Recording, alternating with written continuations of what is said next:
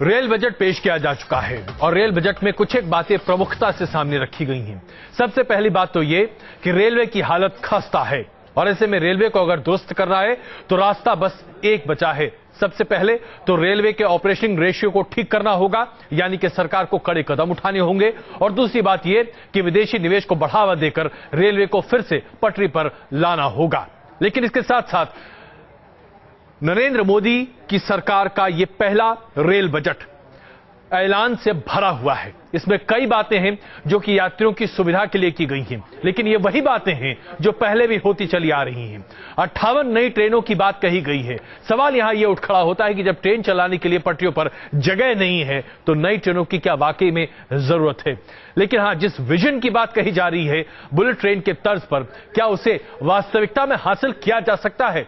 कई सवाल भी हैं, कई संशय भी हैं और कई मुद्दे भी हैं। आइए सब पर करें चर्चा, लेकिन उससे पहले एक छोटी रिपोर्ट। मोदी सरकार के पहले रेल बजट में रेल मंत्री रेलवे की खस्ता हालत के लिए यूपीए सरकार को जिम्मेदार ठहराते नजर आए। रेल मंत्री की माने तो इंडियन रेलवे समय से काफी पीछे है और इसमें फिर से जान फूंकने के लिए एफडीआई का ईंधन डालना होगा। रेलवे सेक्टर की उन्नति रेल अवसंरचना में निवेश करने के लिए पूरी तरह से निधियों की उपलब्धता पर निर्भर है। इन आवश्यकताओं की पूर्ति के लिए आंतरिक राजस्व स्रोत और सरकारी वित्त पोषण अपर्याप्त हैं। इसलिए रेल सेक्टर में एफडीआई की अनुमति के लिए रेल मंत्रालय को मंत्रिमंडल का अनुमोदन चाहिए। एफडीआई के जरिए सरकार 10 बड़े स्टेशनों का रखरखाव एयरपोर्ट की तर्ज पर करने, बुलेट ट्रेन के लिए फंड जुटाने, डेडिकेटेड फ्रेट कॉरिडोर बनाने, रेलवे के आधुनिकीकरण और सेफ्टी प्रोजेक्ट को पूरा करने की योजना बना रही है। बड़ी संख्या में भावी परियोजनाओं को पीपीपी माध्यम के जरिए पूरा करने का हमारा लक्ष्य है, जिसमें हाई स्पीड रेल शामिल है, जिसके लिए भारी निवेश की आवश्यकता है। विदेशी निवेश को सरकार इंडियन रेलवे के इलाज के लिए रामबाण दवा मान रही है, लेकिन एफडीआई की ये राह इतनी आसान भी नहीं। विपक्ष एफडीआई को देश के सबसे बड़े संस्थान के निजीकरण के खतरे के तौर पर देख रहा है।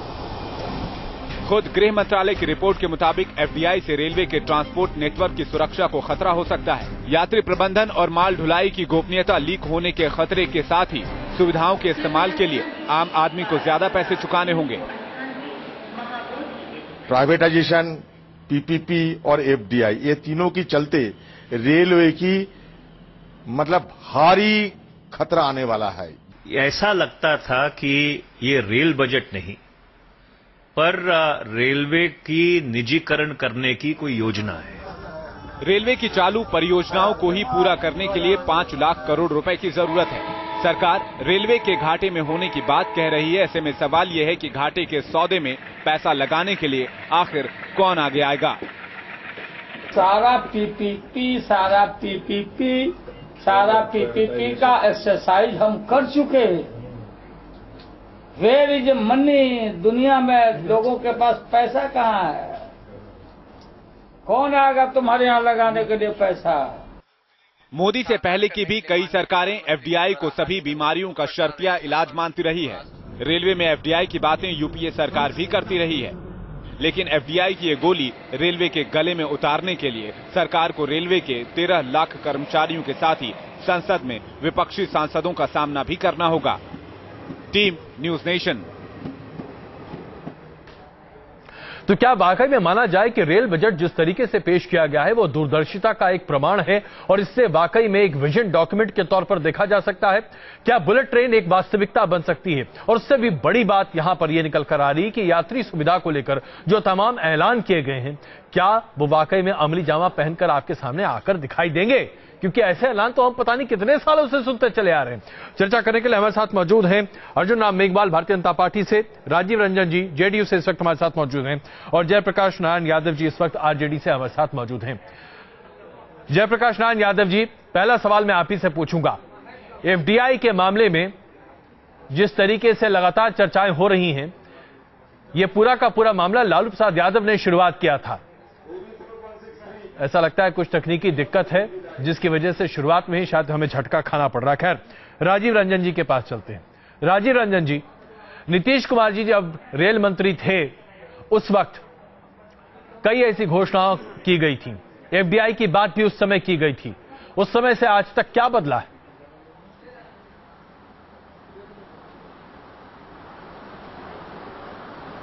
देखिए, एफडीआई को लेकर के देश में आशंकाएं पहले से हैं और रिटेल सेक्टर में एफडीआई को लेकर के आप देख चुके हैं कि पार्लियामेंट के कई सेशन उसकी बलि चढ़ चुके हैं और रेलवे को निजीकरण के तौर पर अगर एफडीआई के जरिए एक प्रयोग स्थली बनाए जाने की कोशिश है तो निश्चित तौर पर ये एक राष्ट्रीय बहस का मसला है और कहीं न कहीं रेल की सुरक्षा से लेकर के गोपनीयता जैसे तमाम सवालों पर आपने देखे पार्टियों की अलग अलग राय आ रही है, तो ये निश्चित तौर पर इस पर एक राष्ट्रीय सहमति की आवश्यकता होगी।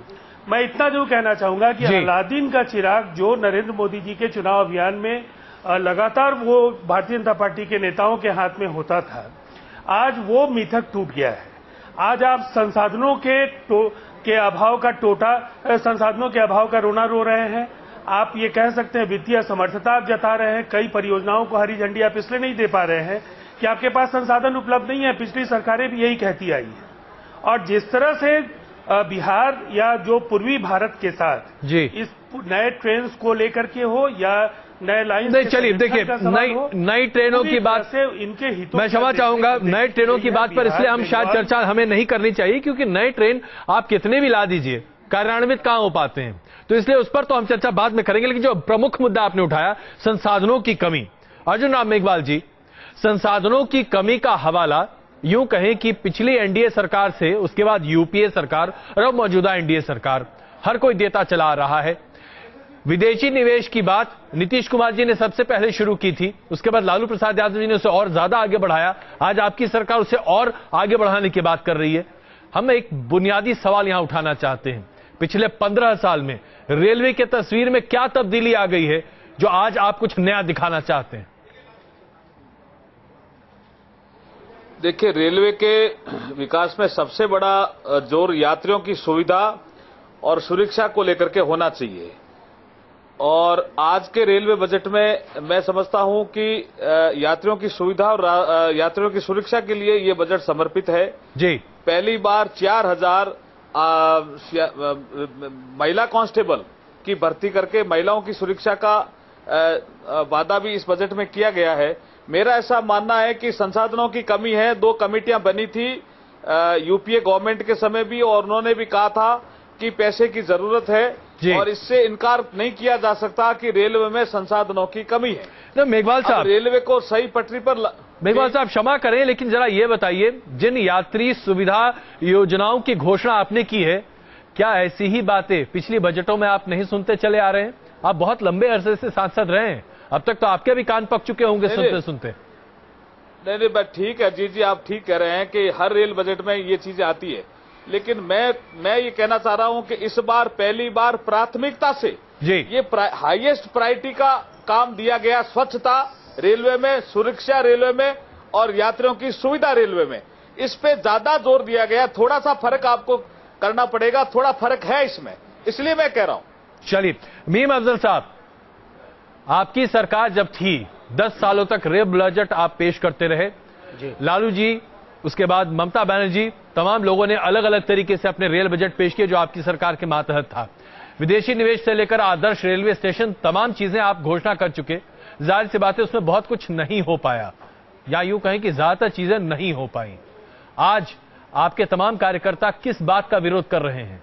भाई, आप भी तो वही करते थे जो मौजूदा एनडीए सरकार फिलहाल कर रही है। घोषणा का ऐलान कार्यान्वित हो पाए या ना हो पाए, इसका मौका तो इनको देना पड़ेगा।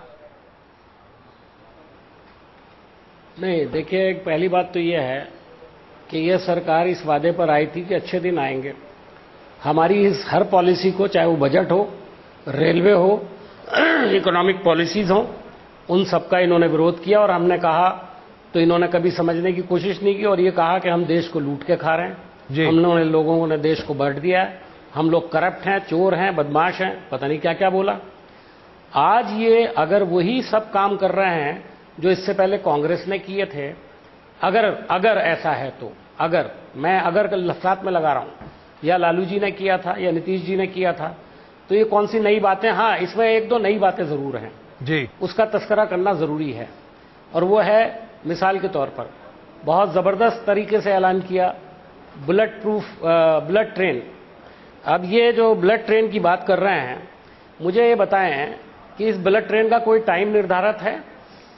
अभी जो लोग एक्सपर्ट हैं इसके, उन्होंने हमको बताया कि इसमें 8 साल से 15 साल तक लग सकते हैं। मीम साहब, आपको थोड़ी जानकारी, करोड़ का बजट है। आप ही की तो सरकार कितने लोगों के लिए वो चलाना चाह रहे हैं? मीम साहब, आप ही को मुझे मालूम है, मैं अभी आ रहा हूं। लालू जी, नहीं, लालू जी ने इसका सबसे पहला इसका ऐलान किया था और उस वक्त भी इसे अनवायबल माना गया था। आज भी 70,000 करोड़ के खर्चे के बाद इसे बनाया जा सकता है, लेकिन इसमें चलेगा कौन, ये बड़ा सवाल है। जी जी, मैं बिल्कुल, देखिए जितनी चादर हो उतना पैर फैलाना चाहिए। जी, हमने भी कहा था, बल्कि जापान के प्रधानमंत्री के साथ डॉक्टर मनमोहन सिंह जी ने बातचीत भी की थी। जी, लेकिन हमने इस प्रोजेक्ट को आगे नहीं बढ़ाने का काम किया। जी, ये बढ़ाने का काम कर रहे हैं तो इन्हें बताना चाहिए वो 70,000 करोड़ रुपया कहां से आएगा, 60,000 करोड़ रुपया कहां से आएगा। और आज जो रेलवे के लिए इन्होंने बहुत सी स्कीमों का ऐलान किया है, मुझे तो ऐसा लग रहा है जैसे ये प्राइवेटाइजेशन की तरफ जा रहे हैं।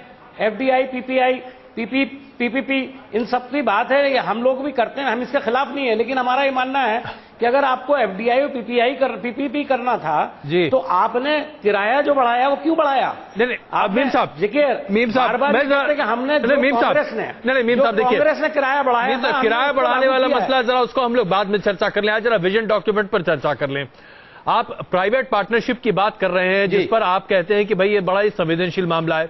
सबसे पहले यह मुद्दा नीतीश कुमार जी ने उठाया और उसके बाद आपकी सरकार ने पिछले 10 साल में हर रेल बजट में इसे उठाया है। तो आप जब के उठा रहे थे तो सही, और आज दोबारा अगर मोदी सरकार इसको उठाती है तो गलत। ये तो जरा पैमाना गलत हो गया मीम साहब। अजय जी, मैंने कब गलत कहा? मैंने गलत नहीं कहा जी। मेरा कहना यह कि आपने ऐलान कर दिया कि हम पीपीपी लाएंगे जी, हम एफडीआई लाएंगे, तो फिर आपने रेल का किराया क्यों बढ़ाया? देखिए, ये आम सुविधा का मामला है। तो वो तो आप भी कहते थे, कोई कमर्शियल प्रॉफिट बनाने वाली जगह नहीं है मीम साहब, लेकिन वो तो आप भी कहते थे ना। नहीं, आप भी कहते थे और आप भी बढ़ाते थे, वाली जगह नहीं है। चलिए, मेघवाल साहब, करना पड़ेगा तो बहुत एहतियात के साथ करना पड़ेगा मेघवाल साहब, और कोई इंडिकेशन भी होना चाहिए कौन लोग निवेश करेंगे। बिल्कुल मेघवाल साहब, विदेशी निवेश को हम इसको इंटरनेशनल एयरपोर्ट्स की तरह से बना देंगे। मेघवाल साहब, मेघवाल साहब से जरा इसे समझते हैं। मेघवाल साहब, दो बड़े मुद्दे हैं जिस पर हर कोई आज चर्चा करता दिख रहा है। पहला तो ये कि एफडीआई की बात आप लगातार कर रहे हैं, पैसा आएगा कहां से, किस रूट से आएगा, कैसे आएगा। और दूसरी बात यह है, ये बुलेट ट्रेन चलाने का सपना बहुत पहले से हम लोग देख रहे हैं, लेकिन 70,000 करोड़ लगाकर अगर आप मुंबई से अहमदाबाद 2 घंटे में पहुंचा दीजिएगा तो बाकी पैसे कहां से आएंगे? रेलवे बजट खत्म हो जाएगा इसमें।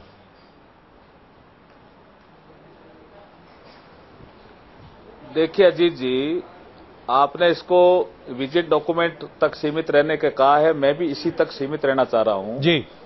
ये विजन डॉक्यूमेंट है। अब 70,000 करोड़ रुपए रिसोर्स मोबिलाइजेशन करना पड़ेगा, और जैसे मोदी जी ने कहा कि रेलवे ग्रोथ का इंजन होना चाहिए जी। मेरा ऐसा मानना है कि जितने भी इंटरवेंशन हम करेंगे, जितने भी नवाचार हम रेलवे में करेंगे, रेलवे के पास कोई प्रॉपर्टी पड़ी होगी, रेलवे के पास कोई लैंड पड़ी होगी, रेलवे के पास ऐसा जो यूज नहीं आ रही कोई ऐसी संपत्ति पड़ी, उसका सबका हम मोबिलाइज करके रिसोर्स मोबिलाइजेशन करेंगे।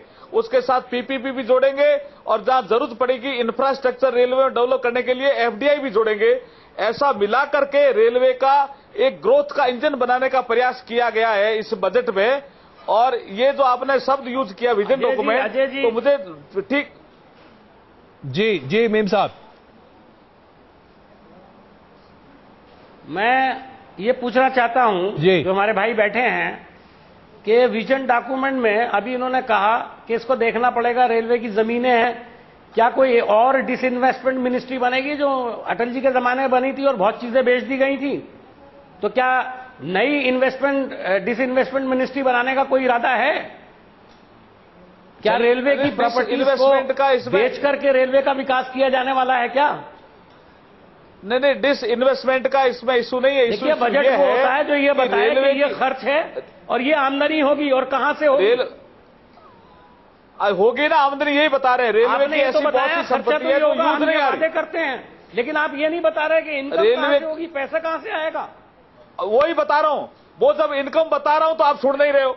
मैं कह रहा हूं कि ऐसा बहुत सा, जैसे ममता जी ने भी कहा था हम लैंड बैंक बनाएंगे, तो इसका मतलब रेलवे की ऐसी प्रॉपर्टी है जो यूज नहीं आ रही है। अगर रेलवे की प्रॉपर्टी को यूज करेंगे तो इसमें आपको कहां लगता है कि डिसइन्वेस्टमेंट मंत्रालय बढ़ा रहे हैं हम? डिसइन्वेस्टमेंट मंत्रालय की इसमें बात नहीं है। बात यह है कि अगर रेलवे के पास कोई प्रॉपर्टी है और यूज नहीं हो रही है। अगर यूज करके कोई रिसोर्स मोबिलाइजेशन किया जा सकता है, तो मेघवाल साहब इसका रेलवे को कहां दिक्कत है? मेघवाल साहब इसका जिक्र तो कम से कम इस विजन डॉक्यूमेंट में होना चाहिए था ना। जयप्रकाश नारायण यादव जी हमसे जुड़ चुके हैं जेडीयू से। जयप्रकाश नारायण जी हमसे जुड़ चुके हैं। जयप्रकाश नारायण जी, आरजेडी जी जी बिल्कुल आरजेडी से, माफ कीजिएगा, क्षमा चाहता हूं आपसे, बहुत अदब से क्षमा चाहता हूं। जयप्रकाश जी, लालू जी ने बुलेट ट्रेन की सबसे पहले तथाकथित तौर पर परिकल्पना की और उसे वास्तविकता में लाना चाहते थे। आज मोदी जी उसी बुलेट ट्रेन को लाना चाहते हैं। लालू जी आज कह रहे थे पीपीपी करते रहो, पीपी बजाते रह जाओगे। तो क्या माना जाए, सपना देखना और हकीकत में आने में चीजें बदल जाती हैं? देखिए, रेलवे लाइफ लाइन है, देश का तकदीर और तस्वीर रेल से बनता है। और जो आज रेलवे बजट पेश किया गया जी, इसमें न तो देश का तकदीर दिखाई पड़ता है न तस्वीर दिखाई पड़ता है। पूरा निराशाजनक पूरा का पूरा रेल बजट है। आपके पास कोई विजन नहीं है। आप ये बताएं कि यह रेल बजट जो है, जो आपने बनाया, आपने इसमें क्या आपका इंफ्रास्ट्रक्चर है, आपने इसकी चर्चा नहीं किया। यह तो जो है सिर्फ जो है सब्जबाज दिखा करके आपने जो है एक माहौल खड़ा किया। लेकिन आप ये बताइए हमको कि बेरोजगार नौजवानों के लिए काम के लिए आपके पास क्या तस्वीर है, नौजवानों के लिए क्या तस्वीर है, जयप्रकाश जी, सुरक्षा के लिए क्या है, जयप्रकाश जी, सुरक्षा के लिए क्या है, यही सवाल, शौचालय के लिए क्या है। जयप्रकाश जी, ये सवाल जो आज आप उठा रहे हैं, यही सवाल हम लोग उठाया करते थे जब लालू जी रेल मंत्री थे। जवाब नहीं मिलता था उस वक्त भी। मेरी बात सुन लीजिए पहले। नहीं, देखिए आज आप बोलिएगा। नहीं जयप्रकाश जी, आज आप सवाल उठा रहे हैं। मेरी बात पहले सुन लीजिए ना भैया जी, मेरी बात सुनिए, उसके बाद उठाइएगा जी। माननीय रेल मंत्री तत्कालीन लालू प्रसाद यादव जी जब थे जी, उस पीरियड में आप भी कलेजे पर हाथ रख के बोलिए, उसको कहा गया था गोल्डन पीरियड। देश विदेश में चर्चा हुई, मैनेजमेंट गुरु कहा गया। दुनिया में जो डंका रेल का बजा और जो 90,000 करोड़ का मुनाफा कमाने वाला अगर कोई रेल मंत्री हुआ, उस सपूत का नाम है लालू प्रसाद यादव जी। जयप्रकाश जी, प्रत्येक साल में रेल का किराया घटाया। जयप्रकाश जी, एक साल रेल का किराया घटाया। उसको बहुत बढ़िया अच्छी अकाउंटिंग कहते हैं नहीं, और रेल का किराया बढ़ा दिया। जयप्रकाश जी, उसको बहुत अच्छी अकाउंटिंग नहीं है। नहीं सुनिए, एक सेकंड जयप्रकाश जी, मैं कहता हूँ जयप्रकाश जी, और मैं जयप्रकाश जी, उसको बहुत अच्छी अकाउंटिंग कहते हैं। आपके पास कोई डॉक्यूमेंट नहीं, देखिए आपको जो जयप्रकाश जी, आप देखिए बात तो सुनिए ना, देखिए उसको बहुत अच्छी अकाउंटिंग कहते हैं। 90,000 करोड़ का मुनाफा दिखाकर 2 साल के अंदर वो माइनस में चला जाए। नहीं जयप्रकाश जी, देखिए हम लोग ये तो कागज में लिखा हुआ है। नहीं, कागज में कुछ नहीं, इसको क्लेवर अकाउंटिंग कहते हैं। इसको इसीलिए चार्टर्ड अकाउंटेंट कबूल किया है। जयप्रकाश जी, जयप्रकाश जी सुनिए तो सही, चार्टर्ड अकाउंटेंट्स इसीलिए हायर किए जाते हैं। जस्टिफिकेशन जयप्रकाश जी, खैर चलिए, आप शायद अपनी बात से हटना नहीं चाहेंगे क्योंकि जो वादे लालू प्रसाद यादव जी ने किए थे रेल मंत्री, सुनिए एक सेकंड, जब मैं ट्रूथ पर जयप्रकाश जी, जयप्रकाश जी, जब लालू प्रसाद यादव जी रेल मंत्री थे उस वक्त भी ट्रेन के शौचालय उतने ही गंदे थे जितने आज हैं, उसमें कोई फर्क नहीं आया। नहीं, आप भी जानते हैं। आप इसको मानिए। नहीं, रेलवे में आप इस तरीके से नहीं कह सकते। कोई तत्कालीन रेल मंत्री माननीय लालू जी के समय में हुआ। बहरहाल सुरक्षा का हो, संरक्षण का हो, खान पान का हो या किराया घटाने का हो। जयप्रकाश जी, हमें जरा चर्चा करने दें। जयप्रकाश जी, आपने तो बिहार को पूरे जो है किनार कर दिया, बंगाल को, उड़ीसा को, बिहार को। जयप्रकाश जी, पैसा नहीं दिया। जयप्रकाश जी आइए प्लीज, एक मिनट। मेघवाल जी, अब इस चर्चा को हम आगे बढ़ाने से पहले एक बात आपसे समझना चाहेंगे। पिछले 15 साल से तमाम तरह के वायदे किए जा रहे हैं आम जनता के लिए। आम जनता आज भी बुनियादी चीजों के अभाव में है। रेलवे में यात्रा करते समय न ढंग का खाना मिलता है, न पानी मिलता है। आप अब इस विजन डॉक्यूमेंट में आरओ का पानी पिलाने की बात कर रहे हैं। बताइए, क्या शुद्ध पानी पीने के लिए भी आज बजट की जरूरत पड़ रही है? बेडिंग्स नहीं मिलते हैं, गंदे होते हैं, शौचालय गंदे होते हैं। तो ट्रेन चलाने की बात कर रहे हैं, खान पान। एक सेकंड जयप्रकाश जी, ये सवाल मेघवाल जी के लिए। सवाल यहां पर यह है, जहां एक तरफ आप विजन डॉक्यूमेंट की बात करते हैं, जहां पर आप बुलेट ट्रेन चलाने की बात करते हैं, वहां बुनियादी सुविधाओं के लिए आज भी ये अभाव है। क्या वाकई में इस पूरे गैप को आप भर सकते हैं? देखिए, मैं कह रहा हूं कि इस रेल बजट में जी यात्रियों की सुविधा के लिए पूरा चैप्टर है, और अगर आप उसको ढंग से देखेंगे तो आप पाएंगे कि यात्रियों की सुरक्षा और यात्रियों की सुविधा ये हाईएस्ट प्रायोरिटी में हमने इस रेल बजट में रखी है। और इसीलिए इसका हमने कहा कि रेलवे में सुधार की आवश्यकता है। रेलवे सब कुछ ठीक चलता रहता, जैसा हमारे भाई अभी बता रहे थे जयप्रकाश जी, आपका तो रेलवे घाटे में नहीं होता है, ये बताइए। रेलवे घाटे में नहीं होता। जैसे अभी कह रहे हैं लालू जी के समय 90,000 करोड़ रुपए का फायदा हुआ, तो फिर अगर 90,000 करोड़ का फायदा हुआ तो जब ममता जी ने रेल बजट पेश किया तो वो नहीं कहती मैं व्हाइट पेपर लाऊंगी। ये विषय विवाद के हैं। मेरा इसमें ये कहना है उस समय लालू जी ने चैलेंज किया और उसको कबूल किया गया कि नहीं ठीक है, आप पर नहीं कहा गया। अरे भाई, वो तो ममता जी ने कहा था कि हम व्हाइट पेपर लाएंगे, बाद में क्या हुआ वो विषय अलग है। मेरा ये कहना है कि रेलवे में जब तक आप सुधार नहीं करेंगे, थोड़ा इसमें सुधार, आप सस्ती लोकप्रियता के नाते राकेश मोहन कमेटी जयप्रकाश जी दिवालिया हो जाएगा। जयप्रकाश जी रेलवे में ऐसी घोषणाएं दिवालिया हो जाएगा, नहीं हो सकती। प्राइवेट सेक्टर को देना चाहते दिवालिया हो जाएगा। लालू जी ने कहा रेलवे में सुधार आवश्यक है, हम रेल नहीं और आज देंगे। तो थोड़ी कड़वी दवा पिलाई है। ये थोड़ी दवा कड़वी हो सकती है, लेकिन इसका रिजल्ट बहुत अच्छा आएगा। चलिए, इसका रिजल्ट क्या आएगा हम इसको वाकई में देखना चाहेंगे। आइए अब आपको दिखाते हैं कि पूर्व मंत्री बंसल साहब का क्या कहना है मौजूदा रेल बजट पर। आज तक किसी बात के लिए यूपीए सरकार ने एफडीआई की बात की, उसकी विरोधता करते रहे, उसकी आलोचना करते रहे हैं। और मुझे याद है कि उस वक्त इन्होंने वॉकआउट भी हाउस से किया था जब मैंने उसका मामूली सा जिक्र किया था। और आज जो कर दिया हमने कि 5 पार्टिसिपेटिव मॉडल्स बनाए थे कि जो पोर्ट्स हैं, पोर्ट्स को मेन लाइन के साथ जोड़ा जाए, उसका पूरा खर्च जिन लोगों के पोर्ट्स हैं, जिनके कारखाने हैं, वो करें, और उनको हम सिर्फ रेलवे डिस्काउंट दें भाड़े में। वो बात पे जोर दे रहे हैं कि इन्होंने वो कर रहे हैं, वो तो किया हुआ है। तो मीम अफजल साहब, सवाल आज यही है कि देखिए, आपके पार्टी के भी तमाम वरिष्ठ नेता कह रहे हैं, तमाम आपके समय की नीतियों को आज एनडीए सरकार अपनी नीति बताते हुए आगे बढ़ाती हुई दिखाई दे रही है, लेकिन आप आज विरोध कर रहे हैं। आप उसे महंगाई का विरोध जोड़ सकते हैं, लेकिन ये महंगाई का डोज 14.5% जो बढ़ोतरी हुई यात्री किराए में, वो करीब 15 दिन पहले हो चुकी है। आज उसके लिए आप तमाम विरोध क्यों कर रहे हैं? आज आप आगे बढ़ के क्यों नहीं कहते जो हम नहीं कर सके आप करके दिखाइए?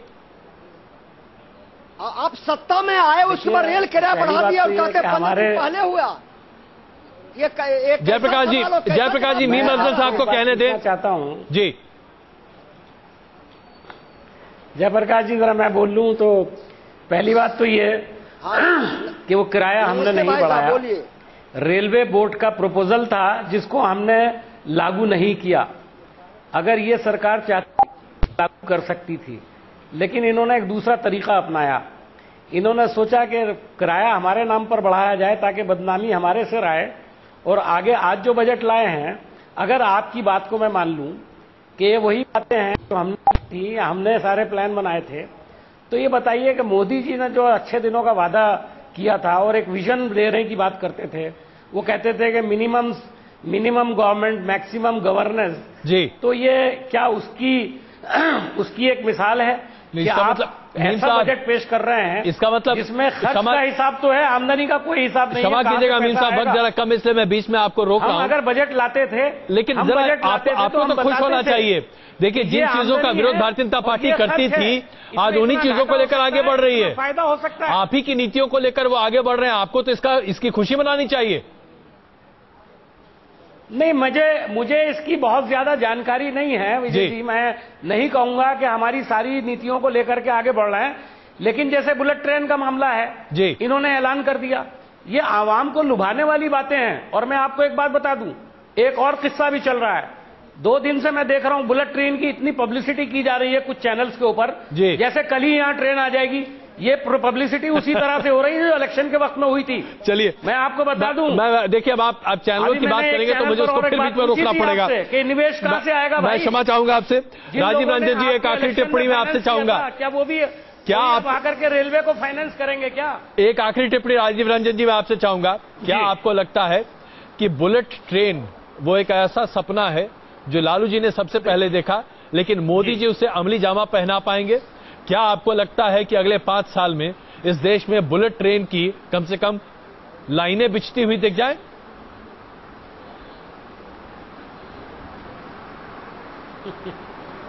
नहीं, मुझे तो ऐसा लगता है कि जो बुलेट ट्रेन को लेकर के घोषणाएं हैं, ऐसी कई घोषणाएं वो चुनाव के दौरान कर चुके हैं। जो इसके लिए एक विजन डॉक्यूमेंट के तौर पर जो तैयारियां होनी चाहिए उसका मुकम्मल उसका ब्यौरा नहीं दिया गया। एक इंपॉर्टेंट सवाल जरूर है, क्योंकि आप आखिरी पड़ाव पर हैं, तो मैं इतना जो कहना चाहूंगा कि जो बाजार में डीजल प्राइसेस के साथ टिकटों के दरों पर समय समय पर समीक्षा की जाएगी, ये कहीं ना कहीं बाजार के सामने आत्मसमर्पण है और ये आने वाले समय में बार बार इससे यात्रियों को परेशानियों का सामना करना पड़ेगा। और कम से कम ये निश्चित तौर पर जो निचली श्रेणियों में यात्रा करने वाले लोग हैं उनके लिए तो ये बहुत ही मुश्किल का फैसला है। और बिल्कुल बहुत मुश्किल है ये, लेकिन अगर इस पूरे मामले को देखा था, मैं आप सबों का बहुत धन्यवाद देना चाहूंगा इस चर्चा में शामिल होने के लिए। वक्त की कमी की वजह से हमें इसे यहीं पर रोकना पड़ रहा है, लेकिन अगर हम इसे एक बेस मान भी लें, अगर मौजूदा सरकार इस पर कार्रवाई करे तो फिर तो बात है, वरना फिर ये वही हो जाएगा जो पिछले 10-15 साल से हम देख रहे हैं, घोषणा और उसके बाद याददाश्त गुल। वापस आते हैं और खबरों के साथ।